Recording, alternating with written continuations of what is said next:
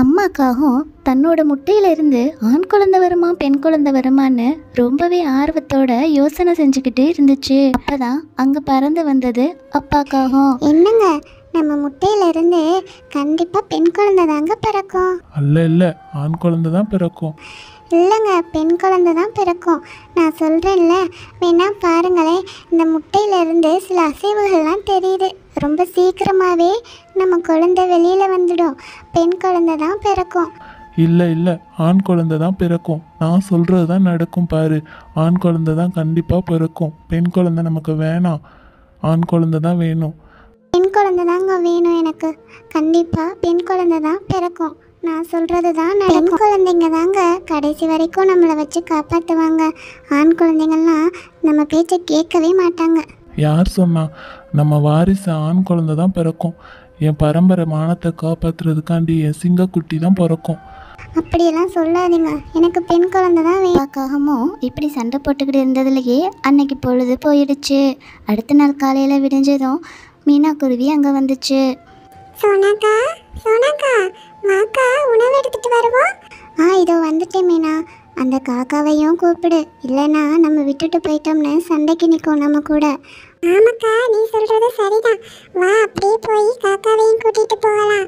இந்த மாதிரி பேசிக்கிட்டு மீனாவும் சோனாவும் காக்கா வீட்டுக்கு போனாங்க. மீனா, சோனா, நான் இன்னைக்கு உணவெடுக்க வரலை. நீங்களே போயிட்டு வாங்க. உணவெடுக்க போகலைன்னா அப்போ நான் என்னத்தை சாப்பிட்றது?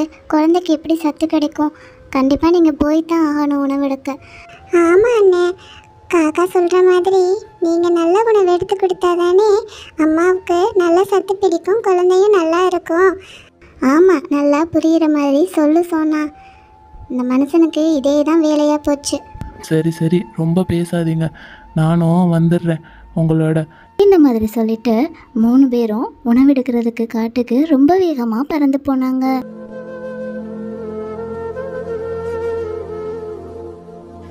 இப்படியே கொஞ்ச நாட்கள் போனதுக்கப்புறம் ஒரு நாள் காலையில் அப்பாக்காக இல்லாத நேரம் பார்த்து முட்டையில் ரொம்பவே அசைவுகள் தெரிஞ்சு ஒரு அழகான ஆண் குழந்தையும் பிறந்துடுச்சு. அம்மா, நீங்கள் தான் என்னோட அம்மாவா? நான் உங்களை மாதிரியே அழகா இருக்கேன் அம்மா. நீங்களும் ரொம்ப அழகா இருக்கீங்கம்மா. அப்பா எங்கம்மா? உன்னோட அப்பா உனக்கு சாப்பாடு எடுக்க தான் போயிருக்காங்க. இந்த வந்துருவாங்க. என் சிங்கக்குட்டி பிறந்துட்டான். அப்பா காகத்துக்கு சந்தோஷம் தாங்க முடியலை. சந்தோஷத்தில் துள்ளி குதிச்சுட்டு தன்னோட சிங்கக்குட்டியை எப்போவுமே அப்பாக்காகவும் தன் கூடவே வச்சுட்டு ரொம்பவே அன்பாக பாதுகாத்துக்குச்சு. தூங்கும்போது கூட தன்னோட ஆண் குழந்தைக்காகத்தை தன் மேலே போட்டுக்கிட்டே தூங்குது அப்பாக்காகவும். நான் சொன்ன மாதிரியே எனக்கு ஆண் குழந்தை தான் பிறந்துச்சு, பார்த்தல. சரி, நிப்பாட்டுங்க உங்கள் ஆண் குழந்தை பிராணத்தை. இந்த மாதிரி அம்மாக்காக சொல்லிட்டு கொஞ்சம் கவலையாகவே இருந்தது. அப்பா, நீங்கள் தான் என்னோட அப்பாவா? எனக்கு உங்களை ரொம்ப பிடிச்சிருக்குப்பா. இந்த மாதிரி தன்னோட குழந்தை பேசினதை கேட்டு அப்பாக்காக ரொம்பவே சந்தோஷப்பட்டுச்சு. இப்படியே சில நாட்கள் போணுச்சு. கடவுள் என்ன இப்படி கைவிடுவார்னு நான் கொஞ்சம் கூட நினச்சி பார்க்கல. நான் ரொம்ப ஆசைப்பட்டேன் எனக்கு என்ன மாதிரியே பெண் குழந்தை தான் வரும்னு. ஆனால் இப்படி ஆண் குழந்தை வந்து பிறந்துடுச்சு. இது ஏன் வயிற்றில் பிறந்த குழந்தையாக இருந்தாலும் எனக்கு இந்த குழந்தைய சுத்தமாகவே பிடிக்கலை. இதை பார்த்தாலே எனக்கு கோபமாக வருது. இந்த குழந்தைய எப்படியாவது ஒழிச்சு கட்டிடணும். தான் பெத்த குழந்தைன்னு கூட பார்க்காம ஈவிரக்கம் இல்லாமல் இந்த மாதிரி பேசிக்கிட்டு இருந்தது அம்மாக்காகவும். அடுத்த நாள் பொழுது விடிஞ்சிருந்தே அப்பாக்காகவும், இங்கே பாருமா, என் குழந்தைய நீ ரொம்ப பத்திரமா பார்த்துக்கிறணும். நான் போயிட்டு ரொம்ப சீக்கிரமாக உனக்கும் குழந்தைக்கும் தேவையான உணவு எடுத்துக்கிட்டு வந்துடுறேன். அது வரைக்கும் குழந்தைய ரொம்ப பத்திரமா பார்த்துக்கோ. இந்த மாதிரி சொல்லிட்டு அப்பாக்காகவும் உணவு தேடுறதுக்கு பறந்து போயிடுச்சு. அந்த சமயம் பார்த்து, இதுதான் தக்க சமயம். இப்போவே நான் இந்த காகத்தை ஒழிச்சு கட்டினாதான் நான் நல்லா இருக்க முடியும். இன்றைக்கி இதுக்கு ஒரு முடிவு நான் கட்டியே தேடுறேன். இப்படி உள்ளுக்குள்ளே உக்ரமாக பேசிக்கிட்ட அம்மாக்காகவும் தன்னோட குழந்தையை எடுத்துக்கிட்டு வேகமாக காட்டோட நடுப்பகுதிக்கு பறந்து போச்சு.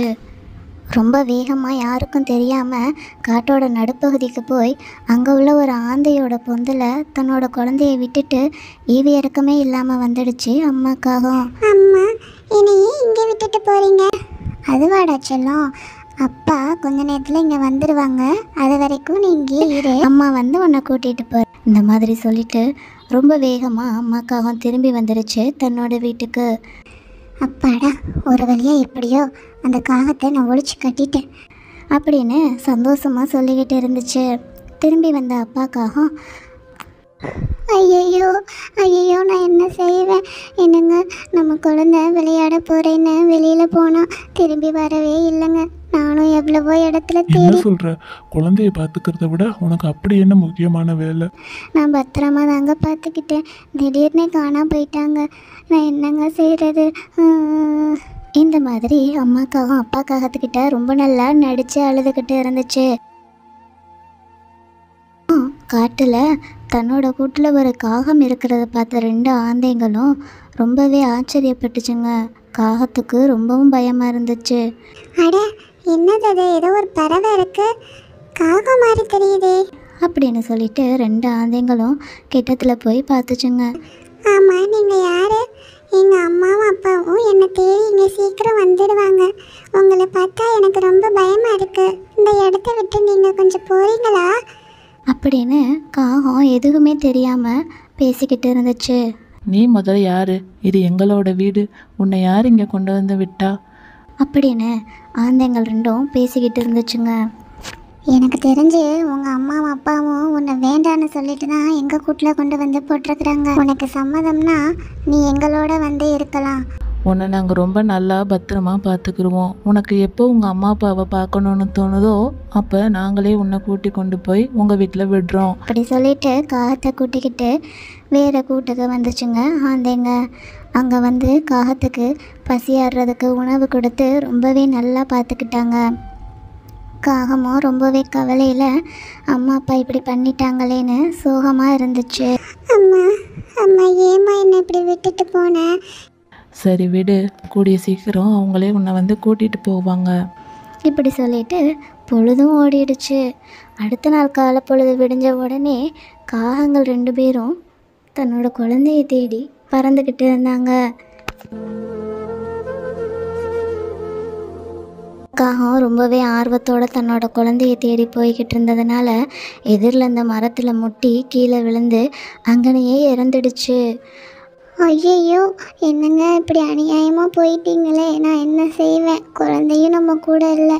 இப்படி இவ்வளோ சீக்கிரமாக அவசரப்பட்டு என்னை விட்டு போயிட்டீங்களே. இப்போ நான் என்ன செய்கிறது? இந்த மாதிரி அம்மாக்காக ரொம்பவே அழுக ஆரம்பிச்சது. அடிபட்ட காயத்தோட தன்னோட கூட்டுக்கு பறந்து வந்துடுச்சு அம்மாக்காகம். ஆனால் அதுக்கும் உடம்புல அடிபட்டு இருந்ததுனால மருந்து எதுவும் போடாமல் ரொம்பவே முடியாமல் வந்துடுச்சு. அப்போ தான் அம்மாக்காகத்துக்கு தன்னோட குழந்தைய பற்றின அருமையே தெரிய வந்தது. என்னை மன்னிச்சிடுப்பா, நான் உனக்கு ரொம்ப பெரிய தப்பு பண்ணிட்டேன். அதுக்கான தண்டனையை தான் நான் இப்போ அனுபவிச்சுக்கிட்டு இருக்கேன். உங்கள் அப்பாவும் என்னோட இல்லை. எனக்கு இப்போ படுத்த படுக்கையாக இருக்கேன். உன்னை வந்து என்னால் பார்க்க முடியலை. இந்த மாதிரி ரொம்பவே அழுதுகிட்டு இருந்துச்சு அம்மாக்காகவும். இப்படியே கொஞ்ச நாள் பொழுதுகள் ஓடுச்சு. அப்போ தான் ஒரு நாள் அம்மாக்காகம் தன்னோட கூட்டில் படுத்திருக்கும்போது 2 ஆந்தைங்களும் அந்த குட்டி காகத்தை அம்மாக்காகம் வீட்டுக்கு கூட்டிக்கிட்டு வந்தாங்க. இங்கே பார் குட்டி காக்கா, இன்றைக்கி நம்ம உங்கள் அம்மாவையும் அப்பாவையும் போய் பார்த்துட்டு வந்துடலாம். எவ்வளவு நாள் தான் உன்னை விட்டு அவங்க இருப்பாங்க? இப்படி சொல்லிட்டு 2 ஆந்தைங்களும் குட்டி காக்காவை அவங்க வீட்டுக்கு கூட்டிக்கிட்டு வந்தாங்க. ஆனால் அம்மாக்காகவும் படுத்த படுக்கையாக கிடந்ததை குட்டிக்காகவும் பார்த்துக்கிச்சு. அம்மா மேலே பாசத்தை காட்டிலும் கோபந்தான் அதிகமாக வந்தது. மகனே, அம்மாவை மன்னிச்சிருப்பா. உங்களுக்கெல்லாம் எப்பவுமே மன்னிப்புங்கிறதே கிடையாது. நான் குழந்தையா இருக்கப்பவே என்னை கதற நீங்கள் தனியாக விட்டுட்டு போனீங்க. எந்த ஜென்மத்திலையும் உங்களுக்கு மன்னிப்புன்றதே கிடையாது. அப்படியெல்லாம் சொல்லாதப்பா. அம்மா ஏதோ தெரியாமல் தவறு பண்ணிட்டேன். என்னை மன்னிச்சிடு. உங்களுக்கு மன்னிப்பும் கிடையாது, ஒரு மண்ணும் கிடையாது. நான் இந்த இடத்த விட்டு இப்போவே கிளம்பணும். என்னை பொறுத்த வரைக்கும் இவங்க 2 பேர் தான் என்னோட அம்மா அப்பா. உங்களை எனக்கு யாருன்னே தெரியும். இப்படி கோபமாக பேசின குட்டிக்காகவும் ஆந்தைங்களோடையே போயிடுச்சு. தான் செஞ்ச பெரிய தப்பை எண்ணி கடைசி காலத்துலேயும் ரொம்பவே வருத்தப்பட்டுக்கிட்டே இறந்து போயிடுச்சு அம்மாக்காகவும்.